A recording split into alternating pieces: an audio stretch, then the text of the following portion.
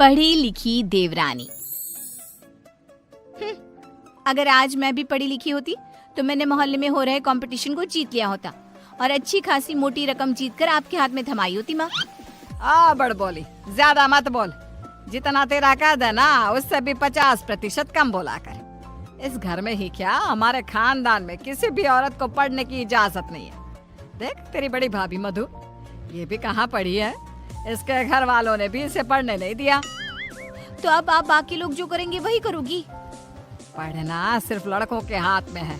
किताब, पेन, पढ़ाई ये आदमी ही कर सकते हैं, क्योंकि उन्हें ही तो आगे जाके कमाना है। औरतों को तो सिर्फ बेलन, झाड़ू और पोछा यही करना है जीवन भर। और तेरे इस कंपटीशन को जीत कर मुझे नहीं चाहिए पैसे। मेरा बड़ा बेटा सागर अब कमा रहा है और छोटा बेटा तेज भी अपने कॉलेज की पढ़ाई के बाद कमाएगा ही। तारिणी, तू तो बस अपनी बड़ी भाभी से खाना बनाना और घर के बाकी काम करना सीख ले। सच में आप सबकी सोच ना जमीन में धसी हुई रहेगी लाइफ टाइम। न जाने क्यों मैं इस घर में पैदा हुई। ऐसा नहीं बोलती तारिणी। तारिणी रोकर अपने कमरे में चली जाती है। पाठक परिवार में आज तक किसी भी लड़की ने पढ़ाई नहीं की और सिर्फ लड़कों को ही इजाजत दी जाती है, लड़कियों को नहीं। बिंदु के 2 बेटे होते हैं। बड़ा बेटा सागर जो एक अच्छी नौकरी करता है और उसकी बीवी मधु है, और छोटा बेटा तेज जो अभी कॉलेज में अपने लास्ट ईयर की पढ़ाई पूरी कर रहा होता है। बिंदु और यशराज ने कभी अपनी बेटी तारिणी को पढ़ने नहीं दिया, जिसकी शिकायत वो आज तक करती है। तेज को अपने कॉलेज में प्रीति नाम की एक लड़की से प्यार हो जाता है। प्रीति, वो दरअसल मुझे ये बात तुमसे बहुत समय से कहनी है। कल इकोनॉमिक्स के क्लास के बाद मैं तुम्हारे लिए रुका भी था, लेकिन तुम चली गई। बोलो ना तेज, क्या हुआ, क्या कहना है तुम्हें? प्रीति, अब मुझे तुमसे प्यार हो गया है। क्या तुम मुझसे शादी करोगी? देखो, हम पिछले 5 साल से एक दूसरे को जानते हैं। आई नो तेज, जैसे तुमने अपनी जज्बातों को मन में छुपा के रखा, वैसे मैंने भी छुपाया। मैं भी तुमसे प्यार करती हूँ, लेकिन मैं तुमसे शादी कैसे कर पाऊंगी? क्यों?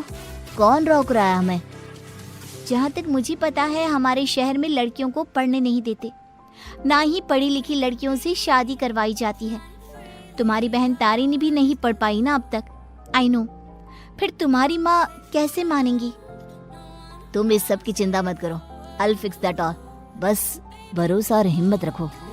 तेज घर जाकर अपने माता पिता बिंदु और यशराज से बात करता है इस बारे में, और प्रीति के बारे में जानकर बिंदु और यशराज कहते हैं, हैं? तू बोरा गया है क्या लल्ला? देख, ये सब हमारे घर में ही नहीं, राज घरानों में भी होता है। अब प्रीति के माँ बाप होंगे फिर पूरी, लेकिन हम नहीं। हाँ बेटा, ये शादी कतई नहीं हो सकती। शादी में लड़का आगे और लड़की पीछे होती है। वैसे ही जीवन में भी पत्नी पति से एक कदम पीछे ही होनी चाहिए। ठीक है, अगर आप लोगों को ये सही लगता है तो मैं भी वही करूँगा जो मुझे सही लगता है। अब आप सब मेरा मरा हुआ मुंह ही देखोगे। गंगाजल तैयार रखिएगा। हाय हाय लल्ला, ये तू क्या बोले जा रहा है? पागल हो गया है क्या? तेज अपनी जिद से पीछे नहीं हटता और वो पूरे 1 महीने तक बिंदु, यशराज और अपने बड़े भाई सागर को मनाने में ही लगा रहता। तब कहीं जाकर कुछ महीनों बाद वो सब राजी होते हैं और कॉलेज की पढ़ाई खत्म होते ही 1 साल बाद तेज और प्रीति की शादी हो जाती है। लेकिन बिंदु, यशराज और सागर अब भी इस शादी से थोड़े से नाखुश ही होते हैं। जब घर के सभी आदमी खाना खाने बैठते हैं तब प्रीति भी उनके साथ खाना खाने के लिए बैठती है। तभी, अरे ओ कल की अंधी, पागल हो गई है क्या? अरे माना कि तुम एक पढ़ी लिखी लड़की हो, लेकिन इसका मतलब ये तो नहीं ना कि घर के और ससुराल के तौर तरीकों का पालन भी ना किया जाए। खाना पहले घर के आदमी खाते हैं और फिर औरतें खाती हैं, दोनों एक साथ नहीं बैठे, समझ गई? लेकिन मम्मी जी, ऐसा क्यों? मेरा मतलब खाना तो सबका एक ही होता है ना, तो सब अलग अलग बैठकर क्यों खाए? प्रीति, तुम चलो ना रसोई में, चलो, सबके लिए कटोरी में खीर परोसनी है। लेकिन मधु दीदी। प्रीति, माँ और मधु जो कह रही हैं वो सब सुनो। तेज, अपनी बीवी को कुछ समझाओ। प्रीति गुस्से से उठकर रसोई में चली जाती है और मधु के साथ खीर को कटोरियों में परोसने में लग जाती है। प्रीति, हम इस घर की बड़ी बहू हैं। उसके बावजूद भी हमें हर मामले में, हर काम में पीछे रखा जाता है, जूती की नोक पे रखा जाता है, क्योंकि हम पढ़े लिखे भी नहीं हैं। अब सोचो, हम बड़ी बहू होकर भी हमारा ये हाल है, तो तुम्हारे साथ क्या क्या होगा। मधु दीदी, आप पढ़ी लिखी नहीं हो, इसमें आपकी कोई गलती नहीं है, लेकिन ये जो कुछ भी हो रहा है ना, आदमी और औरत का भेदभाव, ये सब बहुत ही बेकार और इलॉजिकल है। आज दुनिया कहां से कहां पहुंच गई है। आज के जमाने में औरत आदमी के साथ कदम से कदम मिलाकर चलती है। खैर, अब हम और कर भी क्या सकते हैं, लेकिन हम अपने आप को बहुत भाग्यशाली मानते हैं। क्यों मधु दीदी? क्योंकि हमारी एक पढ़ी लिखी देवरानी जो है। हाँ, आपको पता है मधु दीदी, आप ना बहुत क्यूट हो, आपको किसी की नजर ना लगे। जब सभी हॉल में एकत्रित होते हैं, तभी बिना घूंघट ओढ़े प्रीति को देखकर, प्रीति बहू, अब क्या तुम्हारे लिए दीवार पर बड़े अक्षरों में इस घर के तौर तरीके लिखवा दिए जाए? हैं? अब क्या किया मैंने? आप हमेशा राशन पानी लेकर क्यों चढ़ जाती हो मुझ पर mummy ji? I just don't understand. Preeti बहू, आज तुम बगैर घूंघट के दिख गई हो। आइंदा से अगर ऐसा बिना घूंघट के दिखी ना, तो मुझसे बुरा कोई नहीं होगा। मधु बहू को देखो, सोते समय भी घूंघट ओढ़े ही सोती है, नींद में भी ये हमारे आदेशों का पालन करती है। और हाँ, एक और बात कान खोल कर सुन लो, आइंदा से बड़ों से और अपने इर्द गिर्द के आदमियों से इतनी बदतमीजी से बात नहीं करना, और इस घर की 4 दीवारों में सिर्फ और सिर्फ सरल हिंदी भाषा का ही प्रयोग होगा। अंग्रेजी भाषा नहीं गूंजनी चाहिए। तेज, अपनी धर्म पत्नी को समझा कर रख। प्रीति निराश हो जाती है और अपने कमरे में चली जाती है। रात में वो तेज से कहती है, तेज, ये सब क्या हो रहा है? तुम्हारे घर वाले इतने पागल कैसे हो सकते हैं? अगर मुझे ये अंदर की बातें पता होती ना, तो मैं कभी तुमसे शादी नहीं करती। I married you just because तुमने कहा कि तुम्हारे घर वालों को मुझसे कोई ऑब्जेक्शन नहीं है। हाँ, तो वही हुआ ना। वो कुछ बोले क्या तुम्हारी पढ़ाई लिखाई पर? अब बाकी कुछ रूल्स रेगुलेशंस है घर की लड़कियों और बहुओं के लिए, अब उन्हें तो फॉलो करना ही होगा ना। आई नो वो थोड़े बहुत गलत है, लेकिन अब हम और कर भी क्या सकते हैं। एक दिन जब यशराज दूध वाले का हिसाब कर रहा होता है, तभी ये 3 हफ्ते जुलाई महीने के और 2 हफ्ते अगस्त, तो कुल मिलाकर पूरे हुए। अरे बिंदु, जरा हमारे ड्रॉअर में से कैलकुलेटर तो लेकर आना। जी अभी लाती हूँ। बिंदु कैलकुलेटर लाती है और तभी प्रीति भी वहाँ आती है और यशराज को हिसाब करते देखती है। ओफो, ये कैलकुलेटर चल क्यों नहीं रहा? मैं हिसाब कैसे करूँगा? 5 हफ्तों का हिसाब मिलाया जाए तो बनते हैं 680 रुपए, क्योंकि हमने 3 रविवार और 4 मंगलवार को दूध नहीं लिया था रघु भैया से, तो उस हिसाब से यही हिसाब बनता है। मैंने अपने माइंड में ही 1 मिनट में कैलकुलेट कर दिया है।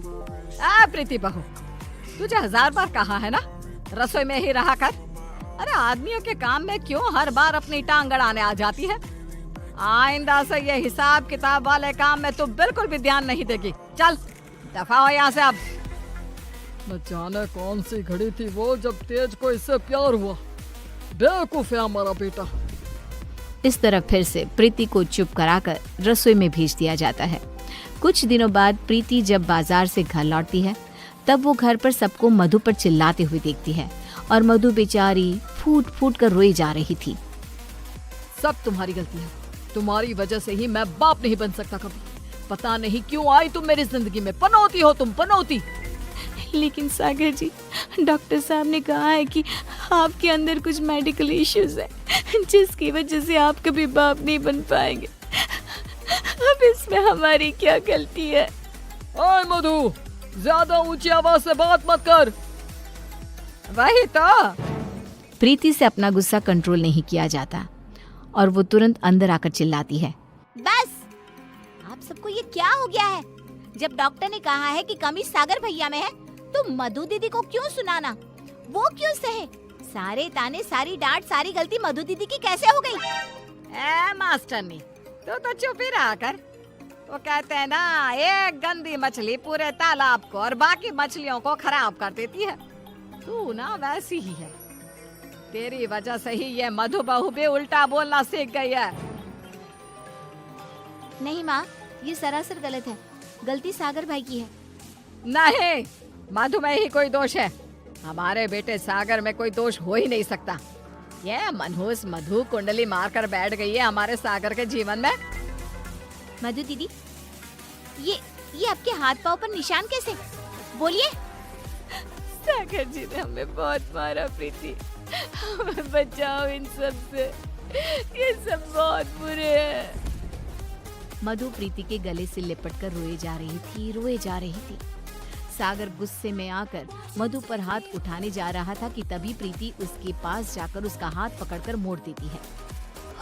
मेरा हाथ। एक आदमी अगर गुस्से में शैतान बन जाए तो एक औरत क्रोध में काली का रूप धारण कर लेती है। समझ गए सागर भैया? और आप सब, अरे एक बार ध्यान से सोचिए, दिल से सोचिए ना।